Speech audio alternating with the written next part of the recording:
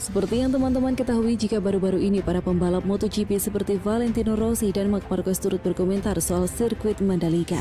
Mereka menyebut balapan di sirkuit yang berada di Lombok, Nusa Tenggara Barat itu memiliki kesan menarik. Tetapi yang begitu mengejutkan adalah jika juara bertahan MotoGP Juan Mir, dia menyebut balapan di trek terbuka atau jalanan seperti konsep sirkuit Mandalika bisa berbahaya. Seperti kabar yang telah banyak beredar, sirkuit Mandalika di Lombok NTB masuk dalam kalender sementara MotoGP 2022. Namun sirkuit tersebut sudah dipastikan akan menggelar tes pramusim. Sirkuit Mandalika sendiri mengusung konsep urban lintasan atau lintasan di jalanan umum dengan pemandangan alam Lombok yang begitu menyejukkan mata karena keindahannya. Lintasan itu berada di kawasan wisata di Mandalika. Saat ada event balapan, lintasan itu akan ditutup. Sementara tidak ada event balapan, sebagian jalanan akan dibuka dan bisa digunakan untuk jalur wisata. Konsep tersebut sudah diterapkan di ajang Formula 1 dengan beberapa tuan rumah yang menerapkan lintasan jalanan. Saat diminta komentar terkait gelaran MotoGP di sirkuit Mandalika yang mengusung konsep lintasan jalanan umum pada Juni 2021 lalu, Juan Mir menyebut perlu ada peningkatan keamanan. Saya belum pernah melihat balapan di sirkuit jalan umum, tetapi saya telah melihat foto-foto dan beberapa video. Sangat mengesankan melihat kondisi balapan bertahun-tahun lalu di Sasering lama, kata Mir. Tapi saya tidak berpikir Anda bisa mendapatkan tingkat keselamatan tinggi yang sama di jalan umum seperti yang dilakukan di sirkuit tertutup. Ada banyak rintangan dan saya menganggapnya berbahaya, terutama mengingat kekuatan motor MotoGP, lanjut sang juara dunia tersebut. Seperti halnya sirkuit Sasering, Jerman juga pernah menggelar balapan Grand Prix dengan konsep lintasan di jalanan umum pada 1961 hingga 1972. Sasering kembali menggelar balapan kejuaraan dunia pada 93, namun dengan konsep lintasan yang sudah tertutup. Meskipun belum 100% selesai, sirkuit Mandalika Lombok NTB diklaim tercepat pengerjaannya di dunia. Hal tersebut disampaikan oleh Happy Harinto selaku Direktur Strategi dan Komunikasi Mandalika Grand Prix Association. Untuk mengerjakan lintasan sirkuit, pekerja memerlukan waktu kurang lebih 13 bulan mulai 15 Juni 2020 hingga 15 Agustus 2021. Bisa dibilang proses pengerjaan sirkuit yang memiliki panjang 4,31 km ini cukup cepat, buka Happy Harinto. Menurut Happy, percepatan pembangunan sirkuit yang memiliki 17 tikungan ini untuk meningkatkan sektor pariwisata. Pasalnya, setelah rampung dikerjakan secara keseluruhan, sirkuit Mandalika akan digunakan untuk gelaran World Superbike Indonesia 2021. Tentu hal tersebut bisa menjadi daya tarik tersendiri. Terlebih World Superbike adalah seri pamungkas. Sayangnya Happy tidak menjelaskan secara perinci bagaimana penilaian pengerjaan sirkuit Mandalika bisa dibilang tercepat di dunia. Soal MGPA, kabarnya pihak Indonesia Tourism Development Corporation juga mengakui bahwa proses pengerjaannya cepat.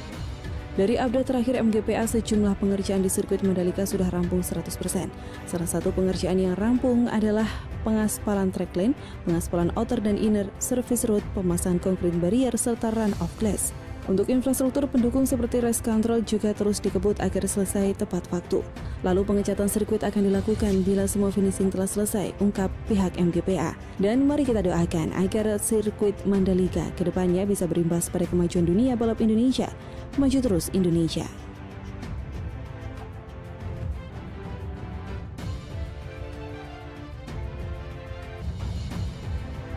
Mungkin ini adalah kabar yang paling dinanti oleh penikmat MotoGP dari Indonesia. Iya, MotoGP Indonesia akan menjadi seri balap kedua dalam bocoran rancangan jadwal MotoGP 2022. Jadwal MotoGP 2022 belum diumumkan secara resmi. Pun demikian dengan rancangan kalender kejuaraan musim depan. Beberapa detail yang baru diketahui sejauh ini adalah jadwal tes pramusim dan seri pembuka di sirkuit Losail, Qatar. Persiapan menuju kejuaraan MotoGP musim depan akan dibuka dengan 2 tes pramusim di Malaysia dan Indonesia. Benar, sirkuit Mandalika akan dijajal oleh Fabio Quartararo dan kawan-kawan dalam tes pramusim yang direncanakan digelar pada 11 hingga 13 Februari 2022. Sementara tes pramusim di sirkuit Sepang akan digelar beberapa hari sebelumnya dengan diawali tes shakedown pada 31 Januari. Kompetisi baru dimulai pada 6 Maret dalam balapan malam hari MotoGP Qatar. MotoGP 2022 pun direncanakan akan memuat 21 seri balap. Musim depan akan menjadi pertama kalinya kejuaraan menggelar lebih dari 19 balapan dalam semusim. Tentu saja rancangan jadwal MotoGP 2022 disusun dengan asumsi dampak pandemi COVID-19. Setidaknya bisa sangat diminimalisir tahun depan. Kabar bahagia bagi penggemar balap tanah air, MotoGP Indonesia menjadi salah satu balapan baru yang akan digelar pada musim depan. Bagi teman-teman yang berminat menonton, barangkali bisa memulai membuat rencana perjalanan karena balapan MotoGP Indonesia akan digelar pada awal musim. Seperti yang dilansir dari The Race, MotoGP Indonesia menjadi seri balap kedua. Balapan MotoGP Indonesia perdana sejak lomba terakhir di Sentul pada 97 akan berlangsung pada 20 Maret. Selain Mandalika, sirkuit anyar lain yang akan menggelar lomba MotoGP musim depan adalah Kimi-Ring di Finlandia. MotoGP Finlandia sebenarnya sudah masuk ke kalender kejuaraan sejak musim 2020, tetapi selalu batal karena COVID-19. Sirkuit Algarve di Portimao, Portugal juga dipertahankan sebagai salah satu tuan rumah balapan MotoGP musim depan. Balapan kandang bagi pembalap Red Bull KTM Miguel Oliveira akan membuka rangkaian balapan di benua Eropa pada 24 April. Sisanya hampir tidak ada perubahan. Hanya seri MotoGP Inggris yang jadwalnya ditukar dengan MotoGP Austria sehingga menjadi seri pembuka pada paruh musim kedua. MotoGP Valencia pun masih mendapat kehormatan sebagai seri penutup dan akan dilangsungkan pada 13 November. Lebih lanjut lagi, Chief Strategic and Communication Mandalika Grand Prix Association atau MGPA Happy Harinto optimistis perhelatan itu akan menggenjot pamor sejumlah destinasi wisata di sekitar Mandalika dan NTB pada umumnya. Destinasi wisata seperti Pantai Kuta Lombok, kawasan ekonomi khusus Mandalika, hingga wisata Rinjani akan turut naik daun. Cepat atau lambat seiring dengan agenda MotoGP pasti akan berkembang pariwisata di sekitar Mandalika, kata Happy. Dia mencontohkan bagaimana wisatawan tetap datang ke Chang International Circuit di Buriram, Thailand, yang jaraknya hampir 400 km atau sekitar 5 jam perjalanan darat dari Bangkok, ibu kota Thailand.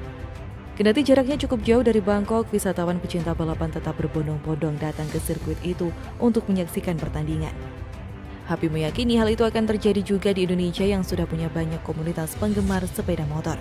Dengan adanya perhelatan dunia MotoGP dan World Superbike serta agenda internasional lainnya di sirkuit Mandalika, maka Lombok semakin berbenah agar bisa menerima berbagai wisatawan dari banyak tempat hingga orang-orang yang ingin menonton ajang balap motor tersebut.